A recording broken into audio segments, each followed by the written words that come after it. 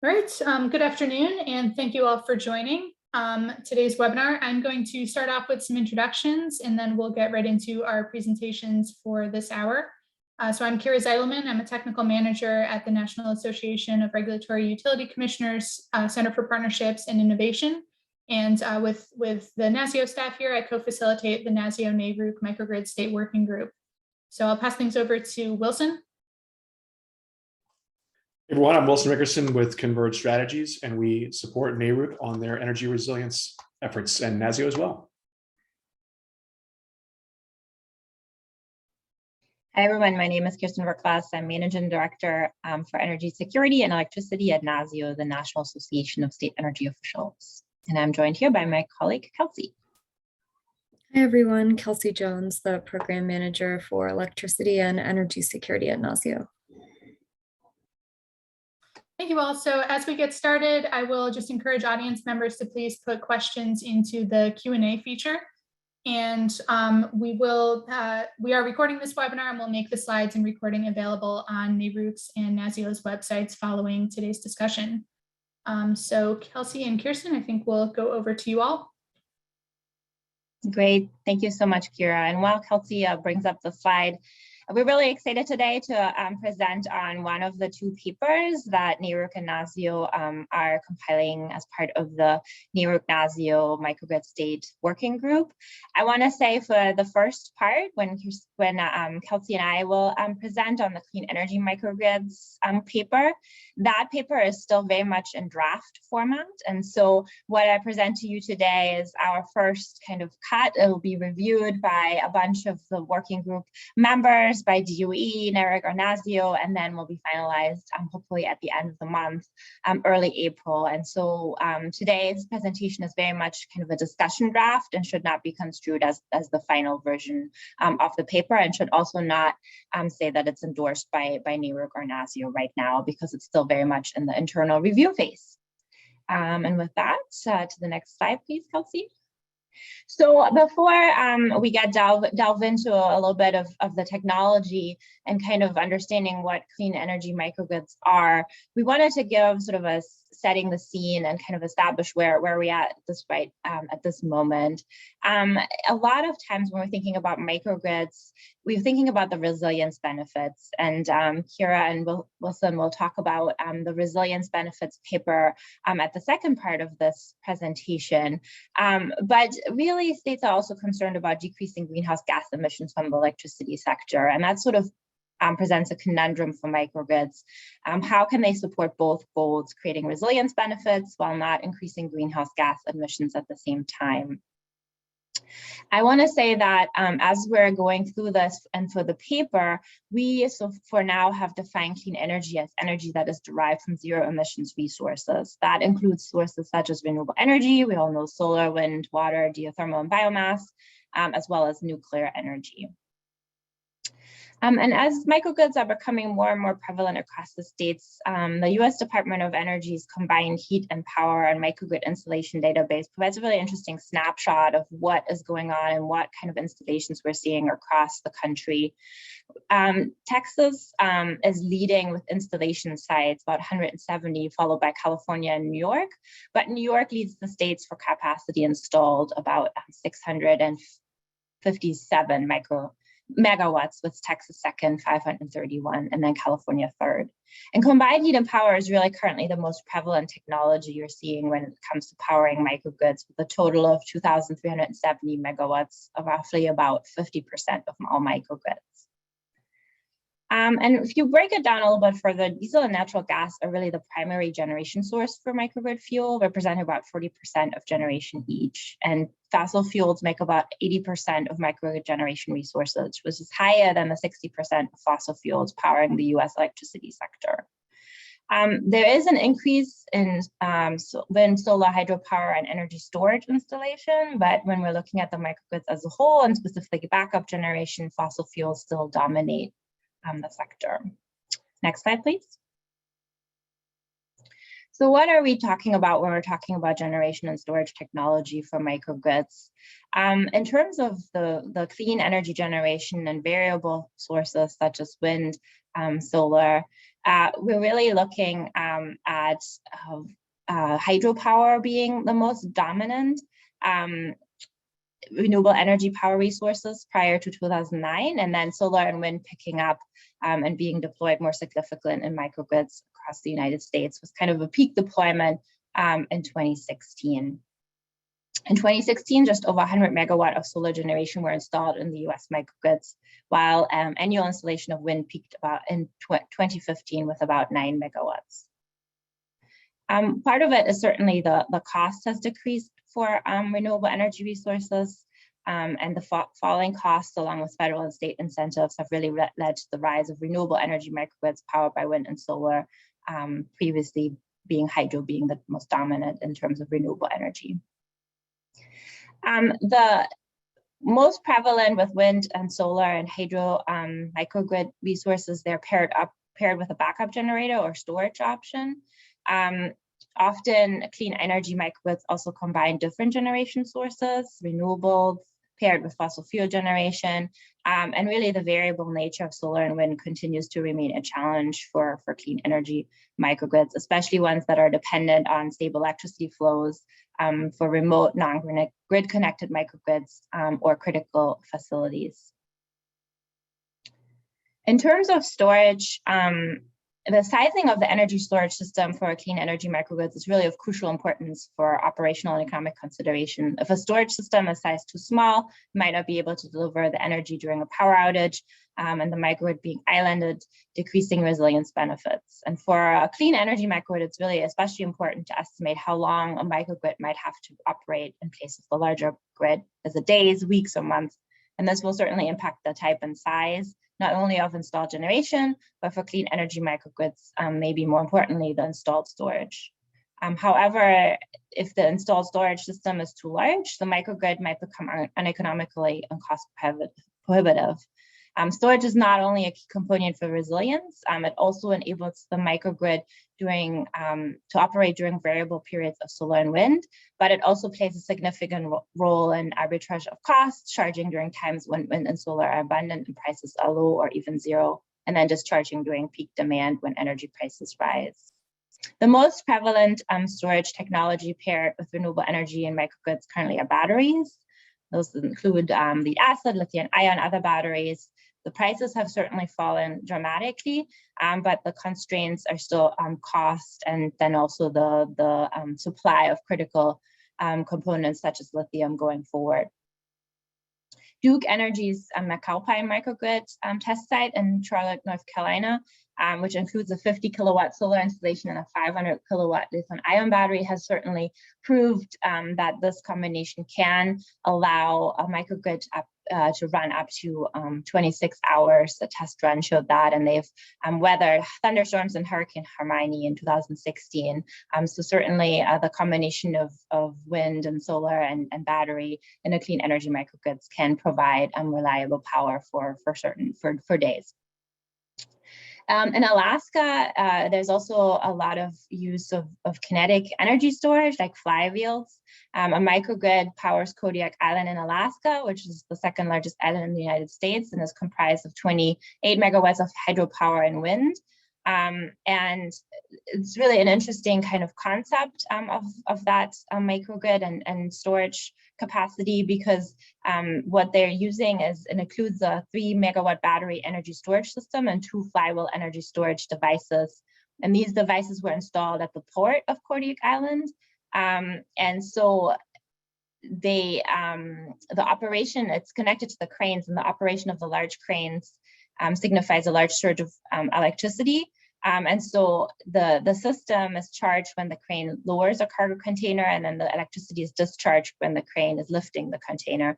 That allowed them not only to decrease their dependency on diesel fuel for additional generation, but it also presented a significant cost saving. Next slide, please. So one of the other important things to consider when looking at clean energy microgrids is the importance of energy efficiency and load management.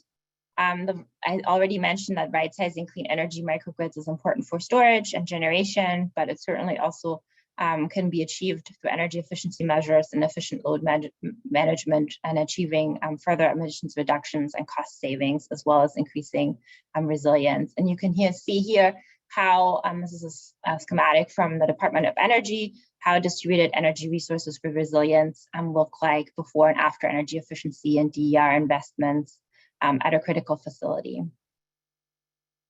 I just wanted to highlight a few innovative approaches to load management. The California Energy Commission awarded funding to the first renewable energy microgrid at a hospital in the state. And that microgrid includes a novel microgrid controller, which optimizes both technical and financial performance. And the controller can island the hospital's life safety emergency power branch, so lighting emergency lights, exit signs, and provide services during emergencies. But it allows really targeted and critical load to be supplied during islanded mode and shedding or not servicing non-critical load. And then another innovative project, the Maryland Energy Administration funded a project to support the development of a clean energy microgrid in Fairmont Heights, which will include the Block Energy Smart platform, which combines solar panels, energy storage, and smart distributed controls into a network microgrid that can island from the power grid. Next slide, please. I wanted to quickly highlight a few new approaches to clean energy generation that might be suitable for microgrid deployment. First up are nuclear microreactors and small modular reactors, and those are smaller and simplified versions of conventional nuclear reactors. Microreactors range from 1 to 20 megawatts, sometimes under 50 megawatts electric. And all of them are modular and small size, and so are very easily transportable and do not require specialized skills. So they're very interesting and provide reliable clean generations, especially in remote areas where the cost might be comparable. Certainly the cost for nuclear microreactors and SMRs is still one of the main concerns, as well as fuel availability and safety. But there's a lot of research going on at the Department of Energy, and this might be an option for clean energy generation for microgrids going forward. Renewable hydrogen and fuel cells is another option. There's a microgrid installed in Sonoma, California that uses the power to hydrogen concept successfully to run nearly emissions free. It's a small farm. It includes some PV installation, batteries, and electrolyzer. And so when the batteries are fully charged and the PV panels still generate electricity, the electrolyzer is then used to produce hydrogen, which is then stored and used on site by fuel cell or hydrogen powered vehicles. And during a 2017 wildfire, the microgrid remained operational and so provided resilience benefit to the farm. Certainly a cost is still an ongoing concern with hydrogen or renewable hydrogen. The Department of Energy's Earthshot initiative is trying to reduce the cost and address that issue. The micro hydroelectric systems are another potential option, which includes enhanced pressure reducing valves. They're commonplace in the US water system and used to reduce water pressure caused by elevation change. And these PRVs can be replaced with systems that harness the energy which the PRV releases. For example, the Skagit PUD in Washington installs such a microgrid hydroelectric system in 2021 to generate electricity from the excess water pressure in its water system. Geothermal is another potential option. One of the only microgrids using geothermal power energy right now is the Chino Hot Springs microgrid in Alaska. And interestingly, they have a system that can use the lower geothermal temperature prevalent at that site. And we're able to reduce emissions and achieve fuel savings with that microgrid. Geothermal certainly presents challenges that's not available everywhere. And so that kind of lower geothermal temperature approach might be another option for clean energy generation for microgrids. And then just new battery technologies. As I mentioned, batteries still have a challenge that they can't provide electricity or discharge for weeks or months. and that they're also still having very high costs, but iron air batteries have certainly a new potential for new battery technologies that could store energy for long duration while also using iron, which is an abundant and expensive resource. And there's a pilot project with the Minnesota Cooperative Great River Energy, and they're looking at having a project providing long duration storage at less than $20 per kilowatt hour. So that's currently far below the current costs. And with that, I'll turn it over to Kelsey to talk about the benefits of clean energy microgrids. Thanks, Kirsten. Yeah, so I'm just going to walk through a few of the variety of benefits that are provided by clean energy microgrids, and these encompass both the energy and non-energy sectors. So most importantly are looking at the decarbonization and resilience benefits of renewable energy microgrids. For states looking to cut carbon emissions, bringing more renewable energy generation online can help meet decarbonization goals while also displacing fossil fuel generation. And renewable energy microgrids paired with battery storage can eliminate the need for fossil fuel backup, complex interstate fuel deliveries, or potential delayed shipments, which are all significant energy security challenges. And remote and rural areas are at particular risk of fuel scarcity, so local renewable energy generation is seen as an important player in those areas in particular. Puerto Rico is one location that wants to invest heavily in renewable energy microgrids. In addition, renewable energy microgrids paired with battery storage can continue to provide clean energy when there is a disruption or blackout by islanding themselves from the main grid. And this is particularly valuable at critical infrastructure locations such as hospitals, emergency shelters, and water treatment plants. Upgrades and modifications to the grid are needed to accommodate additional distributed energy resources, and microgrids are a great tool to increase DER integration without any of those costly upgrades or impacts to the power quality. And this is that hosting capacity that I have on the screen. So it is easier for microgrids to incorporate variable renewable energy sources, as the main grid is currently at significant risk of congestion due to a lack of transmission capacity. And microgrids can also improve the efficiency of the electric grid. One recent example that I wanted to highlight is in California, and it was a solar and storage microgrid project funded by the California Energy Commission. And the solar and storage microgrid was located at a bus stop. And in order to increase the efficiency of the microgrid, it's going to be utilizing an intelligent grid operating system. And that system is going to help determine whether energy should be drawn directly from the solar generation or whether it should be drawn from the stored electricity in the battery. So beyond this, renewable energy microgrids are just more efficient in general due to their small size and localized generation and distribution.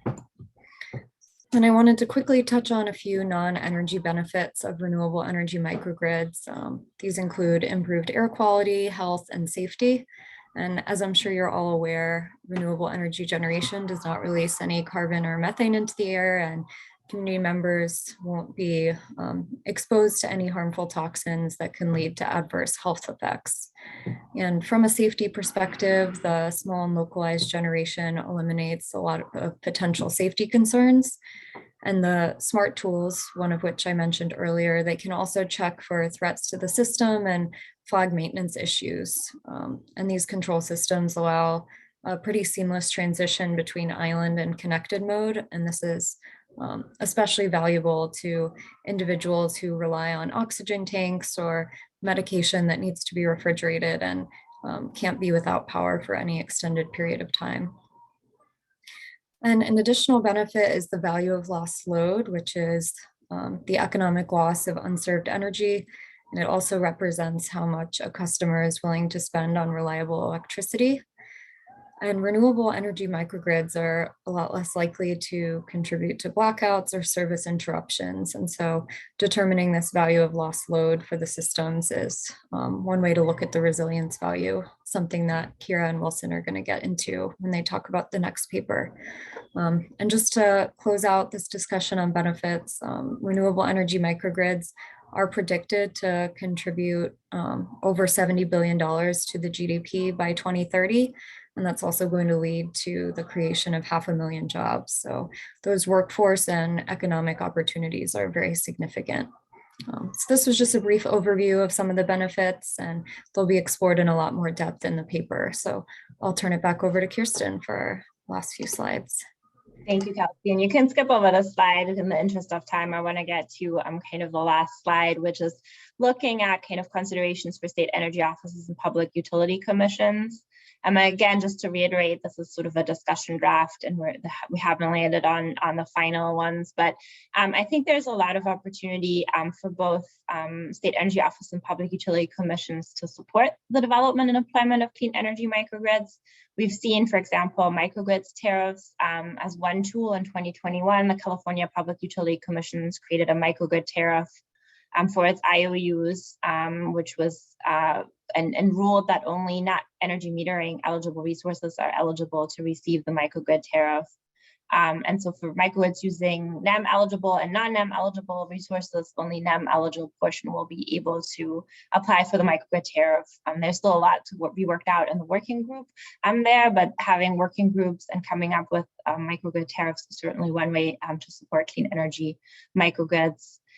One of the other interesting things of the California microgrid tariff is that it also includes a requirement for the utilities to develop a $200 million microgrid incentive program, which will fund clean energy microgrids for vulnerable communities that are facing power outages. And so kind of pairing that, the energy justice considerations with financial incentive for microgrids tariffs are certainly an important lever to address emissions as well as energy justice considerations.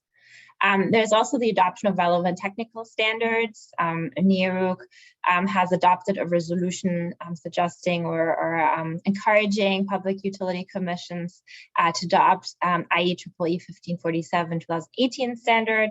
That is certainly a process that's underway across the country, but in terms of microgrid, that standard addresses the kind of islanded mode and gives special exemptions to DRs and intentional islands from the right through performance and trip requirements.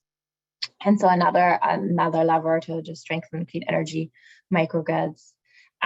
The incentives and financial grants supporting of clean energy microgrids certainly have gotten a boost through the provisions in the IIJA. There are certain provisions, several provisions that discuss microgrids. I won't go over them in detail, but certainly Section 4101, which provides $5 billion over 5 years of funding, 50% of which will be provided to the states via a formula program to be established by DOE to increase the resilience of and harden the electricity grid, includes microgrids and battery storage as eligible activities. And then there's also another provision. There's several other provisions, but one other I wanted to just highlight is the Highway Infrastructure Program. And that one stipulates that the new joint office between the US DOE and DOT provides technical assistance to support zero emissions charging and refueling infrastructure, including microgrids. And certainly thinking about how some of these deployment of charging stations for electric vehicles would ensure that emissions are not shifted from the transportation sector to electricity sector. Microgrids or clean energy microgrids are certainly one option to consider. And then the last two, I think, are also important. One initiative that the Idaho National Lab has just kicked off is called their Net Zero Carbon Microgrids Project. And that intends to provide research and tools to increase the use of renewable energy and zero carbon generation in microgrids. And they will also provide policy and program support for policymakers and regulators. And so engaging with the laboratories, national labs for technical assistance and modeling expertise, I think is a very, very valuable tool for state energy offices and PUCs. And then lastly, I think, and this also gets to kind of Mike's question in the chat on renewable natural gas. I think there's a lot of kind of concern that with some of these clean energy technologies understanding their benefits, their cost, understanding how they relate to microgrids is a challenge. And so developing clean energy technologies database and providing kind of analysis on the technologies pathways that go from maybe lower emissions to zero emissions. For example, fuel cells are now often operated with natural gas, but they have the potential to also be operated with clean hydrogen. Could also be a valuable tool for state agencies to think about how kind of these emissions can be reduced in a step-down process. So with that, again, just highlighting that this is still very much in draft format and is a discussion basis. And so I welcome all kinds of questions, comments, or suggestions to improve the paper and then hopefully publish it at the end of this month, early April. Thank you very much. And with that, I'll turn it over to Kira. Thanks, Kirsten and Kelsey. And I know we have a few questions in chat and in the Q&A. If folks want to continue entering those in, we will have some time at the end. But for the next part of the webinar, before we do get to questions, I'm going to share the stage with Wilson Rickerson with Converge Strategies to share some highlights from a report that we released last month called Valuing Resilience for Microgrids, Challenges, Innovative Approaches, and State Needs. And I will drop the link to that report into the chat.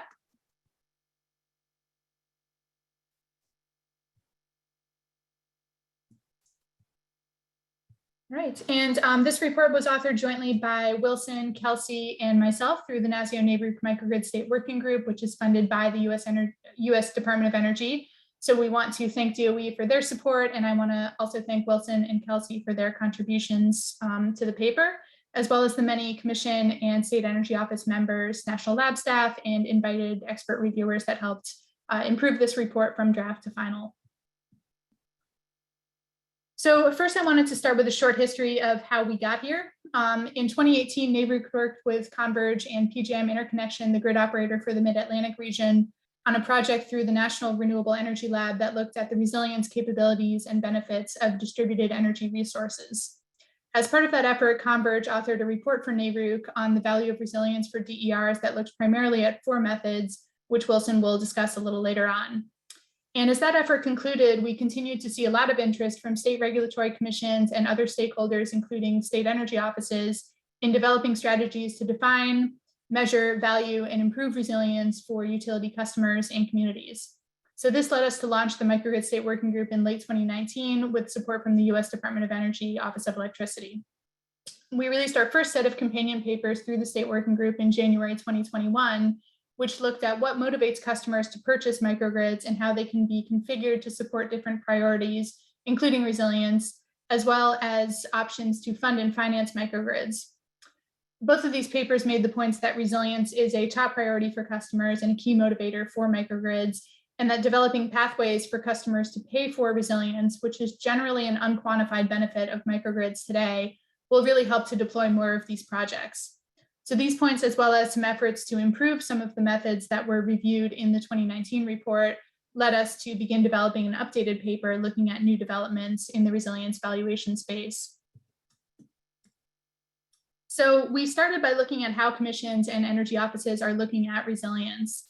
Many states are seeing increasing threats to electricity service from extreme weather like Winter Storm Uri, Hurricane Ida, and wildfires throughout the Western states. And these events also demonstrate the interconnectedness of critical infrastructure and just how many services rely on electricity, from water treatment to natural gas supply to first responders and increasingly to transportation as we see more electric vehicles on the roads. As these threats increase in frequency, severity, and impact, commissions and state energy offices are expressing more interest in trying to develop solutions that decrease the impacts of outages on customers and communities. Definitions of resilience that are developed at the state and federal level typically focus on 3 phases of a disruptive event, as you can see in this resilience trapezoid graphic that we reproduced here from the California Public Utilities Commission staff concept paper. So the system can prepare for the disruption that's shown in blue. The center kind of orangey region is when the system adapts to a disruption. And then finally, the system recovers to a pre-disruption level of service. And in the preparation phase, we usually do have advanced warning for threats, for most extreme weather threats and things like public safety power shutoffs that are driven by wildfire conditions in California. although some types of weather or maybe physical or cyber attacks on the grid might occur with very little to no warning. And when we think about these phases, resilience can kind of mean one of four things. It can reduce the magnitude of the disruption, it can extend these systems' ability to resist the disruption, it can reduce the duration of the disruption, or it can increase the speed of that recovery. And DERs such as microgrids are of particular interest for resilience because over 90% of outages occur in the distribution system. So it's essential to kind of shore up resources in that area. And state energy offices and PUCs are both responsible for overseeing investments in energy infrastructure, particularly in the distribution system. And they want to maximize the benefits of their spending. So it's important that we understand how microgrids and really any type of investment in the energy system, no matter what it is, can contribute to resilience and how we can properly compensate resources for providing that service. Specific types of individual customers might know their own value of resilience through understanding the cost of outages that they endure. However, not all customers can accurately assess their willingness to pay for resilience, particularly if they don't have an understanding of the cost of an outage, if they lack awareness of the cost of resilience investments, or if they might over or underestimate the likelihood and duration of future service disruptions. This information gap is where resilience valuation methods that we review in the report can really help enable beneficial investments. And we see microgrids playing a role in potentially all of those four aspects of resilience that I mentioned with the resilience trapezoid figure. In practice, we see a lot of commercial and industrial customers using microgrids to avoid outages, particularly in places like data centers, where even a brief interruption in service can result in substantial damages. Many municipalities are considering single or multi-facility community microgrids that could power life-saving functions like heating or cooling, medical services, and other capabilities for members of their communities. Microgrids can be located in front of or behind customer meters, and they can provide benefits during both normal blue sky conditions, in addition to resilience benefits during disruptive events. The unique aspect of microgrids compared to other DERs is that microgrids can operate both in parallel with and islanded or independently of the distribution system to support critical load within the boundaries of the microgrid. So we review a few examples of how microgrids support resilience objectives in the paper, and I pulled out a few to share here. We are seeing microgrids with battery storage sited at substations throughout California to decrease the impacts of wildfire-driven public safety power shutoffs. In Texas, largely natural gas-powered microgrids were able to provide both backup power to connected facilities to specific customers, as well as ancillary services to help stabilize the ERCOT grid during Winter Storm Uri. In Hawaii, there's a microgrid on the Schofield Barracks Army base that lies above the tsunami zone, and both provides power to the base and can also provide black start service to the island in the event of the tsunami or some other disruption that could impact infrastructure closer to sea level. And this microgrid also incorporates biofuels into the energy portfolio and offers some fuel diversity. And lastly, the Bronzeville microgrid, which is fueled by natural gas, solar, and storage resources in Chicago, is a great example of a partially ratepayer funded microgrid that was approved by the Illinois Commerce Commission, and that provides community resilience through powering a police department headquarters and several other public buildings within the boundary. So looking at public utility commissions specifically, really the core roles of PUCs are to ensure the safety, affordability, and reliability of the system. And as economic regulators that oversee how ratepayer dollars are spent by investor-owned utilities, commissions are really most interested in seeing the quantified costs and benefits of any utility spending on microgrids. We note in the paper multiple examples of commissions being hesitant to allow utilities to spend ratepayer money on microgrids in return for benefits that are not quantified, whether those are resilience benefits or broader societal benefits like public safety, national defense, or economic growth. Commissions have pretty clearly statutorily defined boundaries as to what types of benefits can be considered in their regulatory decisions, as we shared in another NARUC paper that I'll drop into the chat in a few minutes. In some cases, regulators have rejected ratepayer-funded microgrids for failing to quantify the value of resilience. And in cases where commissions have approved investments, they often emphasize that they're doing so on a limited basis or just for a pilot project to enable the utility to quantify the benefits of this one project and then use that information to inform future efforts. And on the state energy office side, state energy offices play also a very important role by providing funding or other support to microgrid projects that support public safety or other policy goals. And while state energy offices may have a little more flexibility than commissions in factoring those broader societal benefits into decision-making, just like commissions, they're working with limited resources and want to prioritize projects that have the greatest resilience impact. So many state energy offices and commissions have expressed interest in valuing resilience through state energy plans or commission orders, but they're generally unsure how to proceed given the many difficulties around valuing resilience. And we note in the paper that the Electric Power Research Institute talks about 3 major challenges to resilience valuation. There are uncertainties and challenges around estimating longer duration outages, particularly for new types of threats or for customers that have limited experience with long duration outages.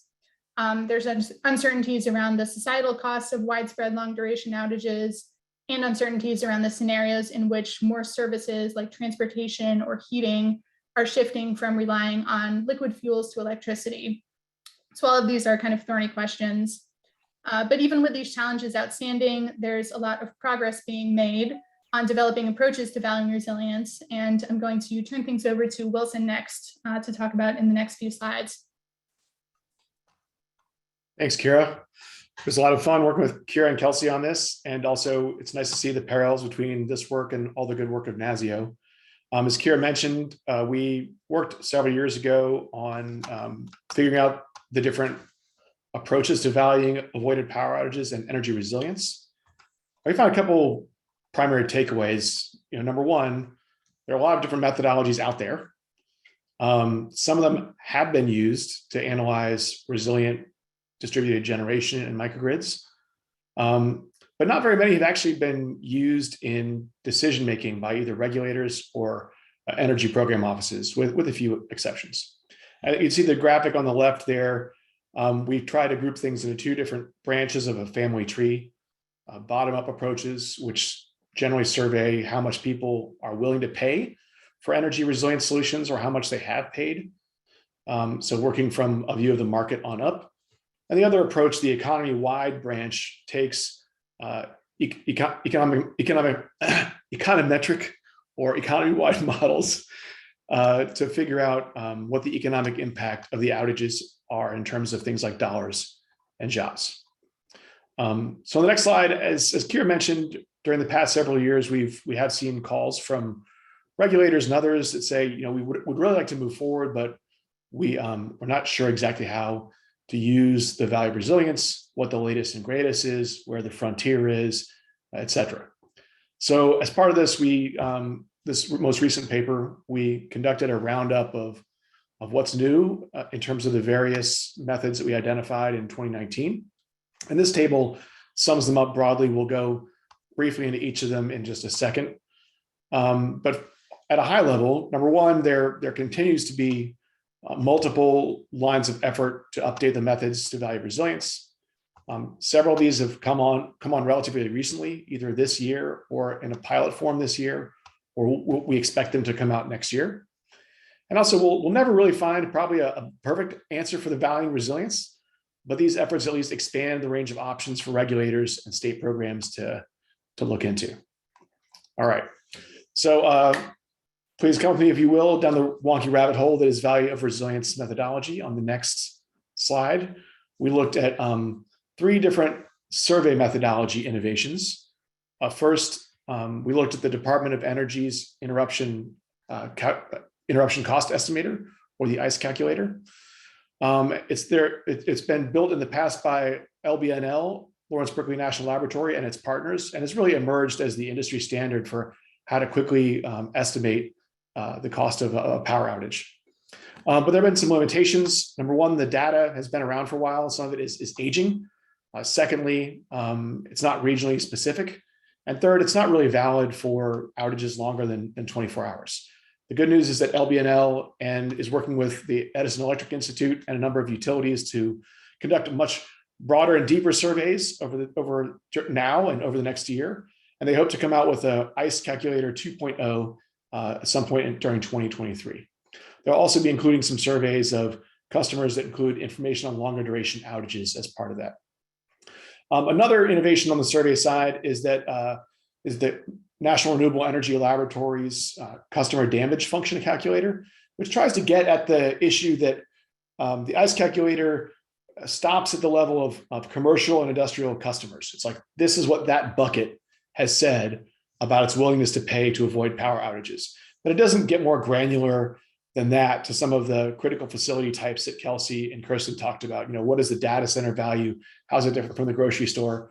And so this calculator doesn't give you those answers, but it provides a structured and self-guided way to walk through and answer questions about potential losses upfront from spoilage over time and then knock-on effects to calculate a graph like you see on the right-hand side here of what are losses to specific classes of facilities over time and even under long duration outages. So individual facilities can use that, but an energy program office could also use that to maybe target an incentive towards or a program around a certain type of facility based on the outages they might encounter and expect. And the third, the one that we saw a lot of traffic and traction around, was the social burden metrics developed by Sandia National Laboratory and the University of Buffalo. And here they were deploying surveys not to figure out willingness to pay, but really to identify what services and needs people actually had during power outages based on surveys in hard-hit areas like Puerto Rico, so that they could begin to target solutions more to a community need and less to infrastructure for the sake of critical infrastructure. You know, not necessarily, hey, let's target this pipeline, but more, let's target the various systems that can deliver these outcomes for communities. And also focuses more on the ability to pay versus the willingness to pay. And we've seen several regulators think about how they might adopt that going forward, or ways they might. The other type of innovation we looked at on the next slide were economy-wide models. And one of the most interesting here is the Power Outage Economics tool, also from Lawrence Berkeley National Laboratory, also called POET. They've been piloting it in Chicago in partnership with the utility there, ComEd. And it uses an economy-wide model called the Computational General Equilibrium Model, or CGE. And one of the advantages of CGE is that you can look at how economic impacts from an outage affect and flow through an economy over time, including for longer duration outages. So not just a snapshot in a moment of time, but how it changes. But one of the problems has been that it's hard to figure out what the customers will actually do as the economy changed around them. So what the POET model attempts to do, it uses surveys to ask customers how they would adapt or what they would do or how they would change over the course of increasingly longer outages, and uses that to help calibrate the economic model. So it uses a sort of bottom-up methodology to inform top-down economic outputs. So I think that's pretty cool.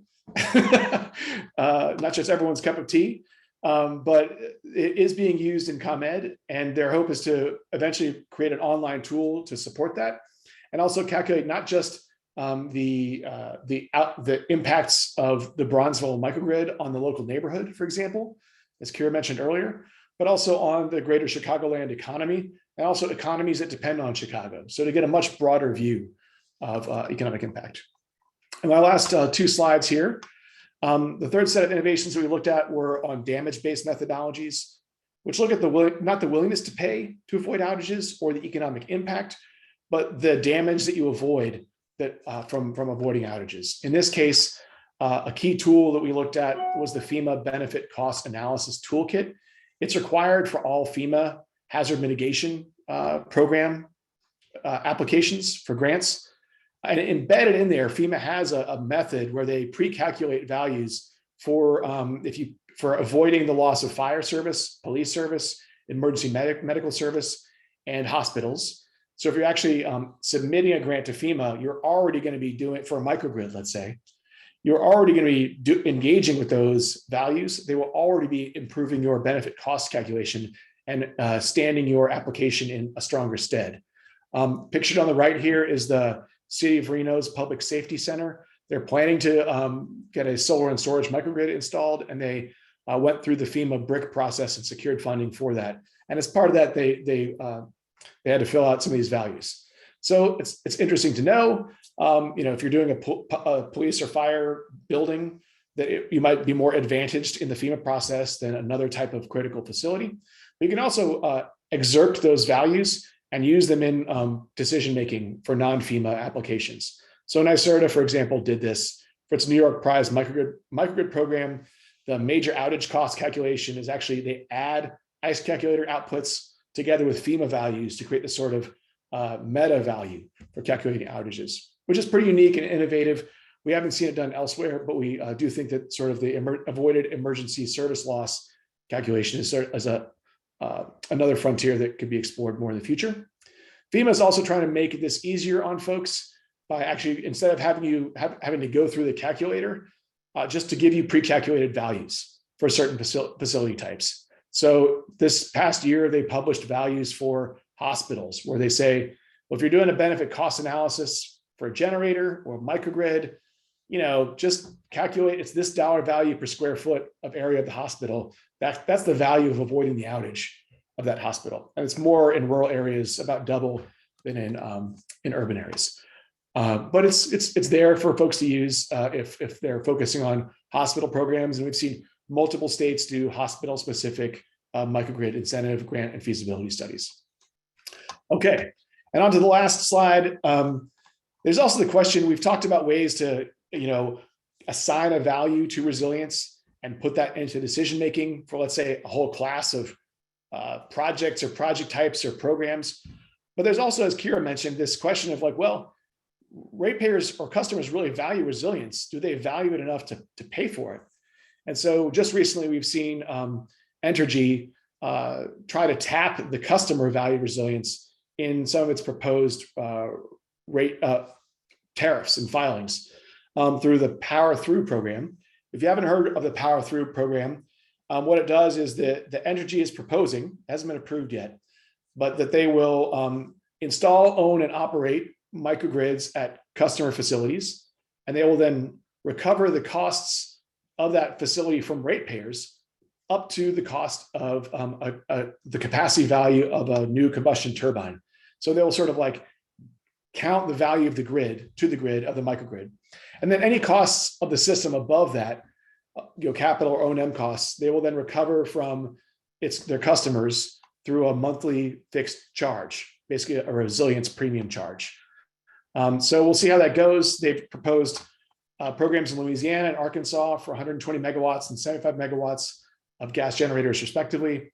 One in Texas also has been withdrawn for the moment, but that's sort of a different take on how you might use a type of value of resilience combined with the grid value to move microgrids forward.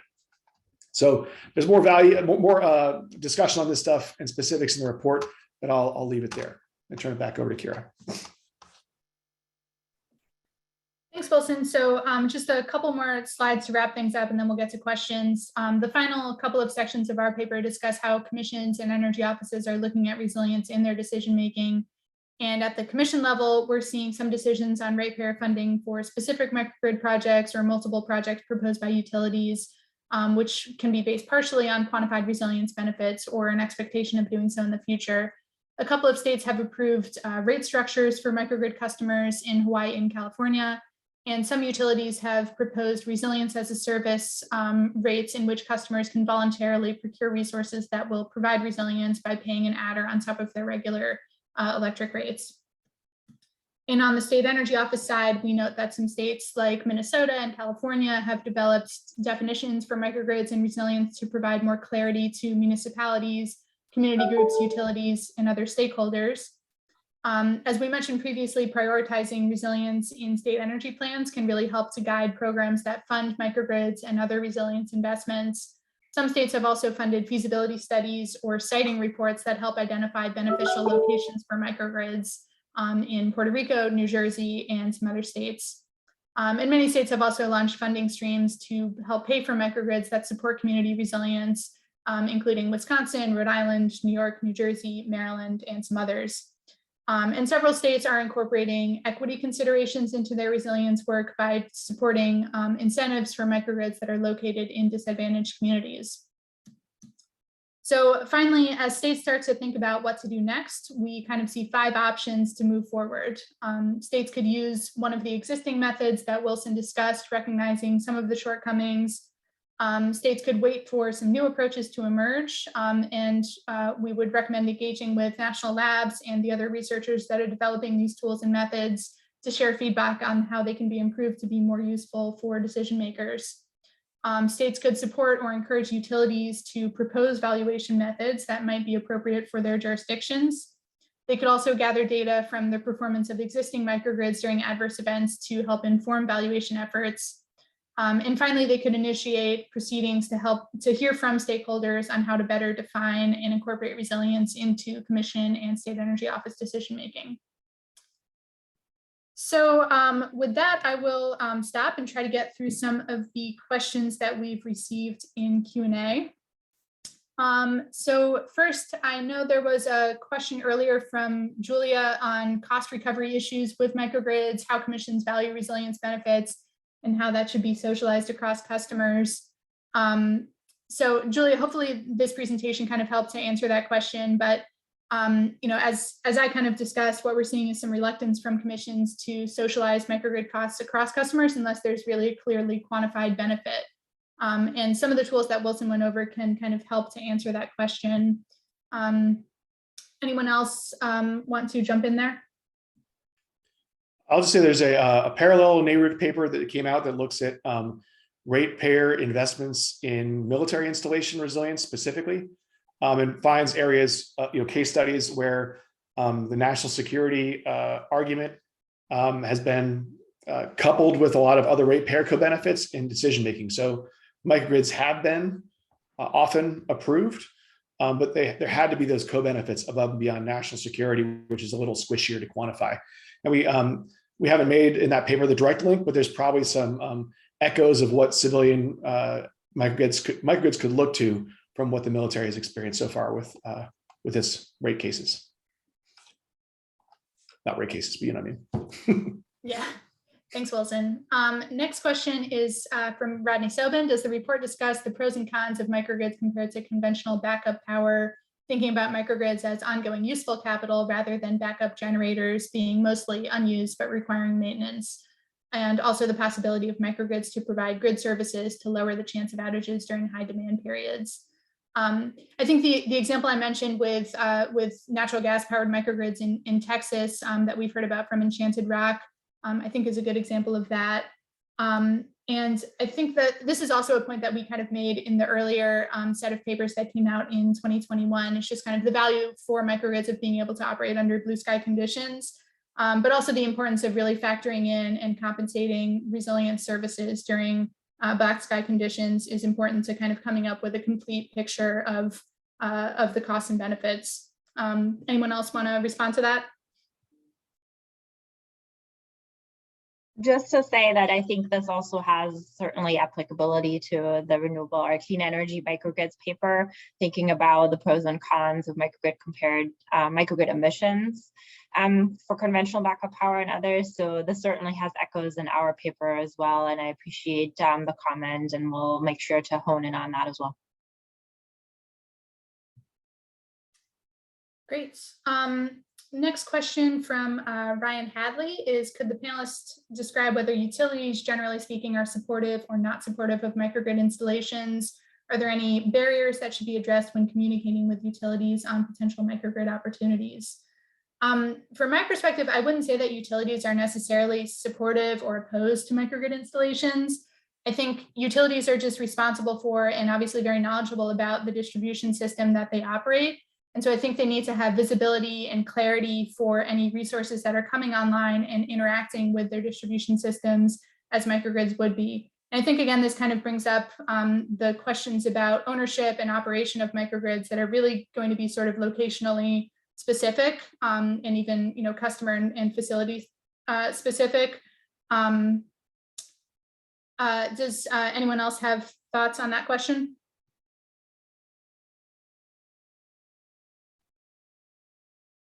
Yeah, I mean, I think utilities are certainly interested in microgrids as a potential resource.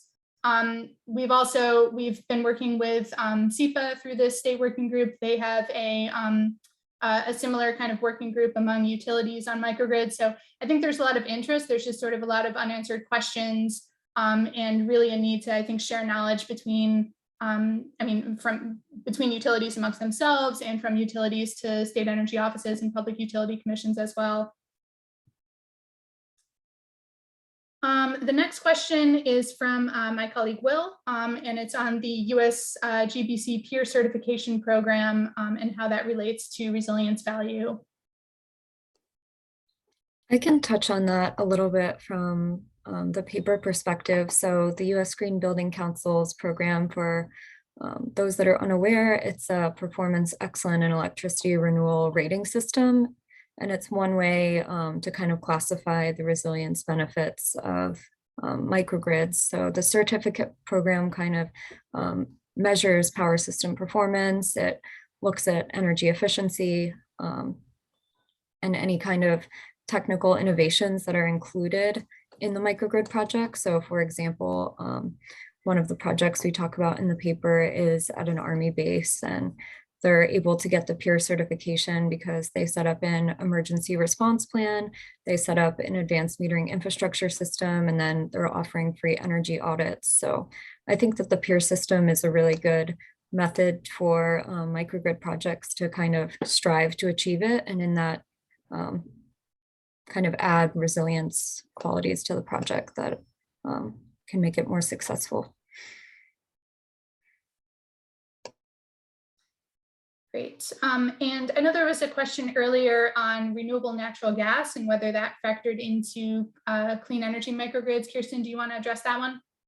Sure. Yeah. Thank you, Mike, for the question. That's a really interesting one, and it was one that I found very challenging when we were writing the paper. What kind of constitutes clean energy? And for the purposes of the paper, it does include a discussion on renewable natural gas, and I think in the paper we describe kind of the benefits and challenges of renewable natural gas. Certainly it has lower emissions than conventional natural gas, but there's a question of what, depending on the feedstock for renewable natural gas, how much of those emissions are lower.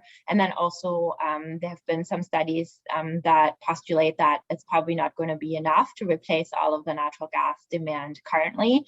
And so I think this is a case where we've seen certainly some successes in Texas with some of the microgrids that use RNG for during some of the hurricanes. But where I think this is one of those instances where I would say that the transition pathways that we're proposing, or potential technology database, could shed more light on what kind of the costs are, what kind of the emissions are of some of these technologies. And then, thinking about some of these technologies as sort of a step down approach. You have high emissions, you have lower emissions, and then you have even lower emissions. So I think that's certainly considerations for states and decisions for states to make once all that information is available. All right, great. And unfortunately, I know there are a couple other of questions in chat. We'll try to address those if we can in the Q&A, but I will kind of wrap up since we're getting close to 3 p.m. And as we close, I just want to thank everyone for joining us today, and note that we have an upcoming event for the Microgrid State Working Group, and this is open to any NASEO and NARUC members. Even if you're not currently engaged in the state working group, we're doing a 2-day virtual workshop on microgrid regulatory and programmatic strategies on March 29th and 30th from 1 to 4:30 p.m. Eastern each day. So this is going to be an interactive workshop. There's a lot of opportunity to share your questions, challenges, and experience from your states. So we hope that you will join us, and we will make the link available in a follow-up email to this conversation. So again, thank you all for joining us. Please take a look at NARUC's paper, and NASEO is coming out as well in the coming months. And thank you all for your questions. Thank you. Thanks, Kira.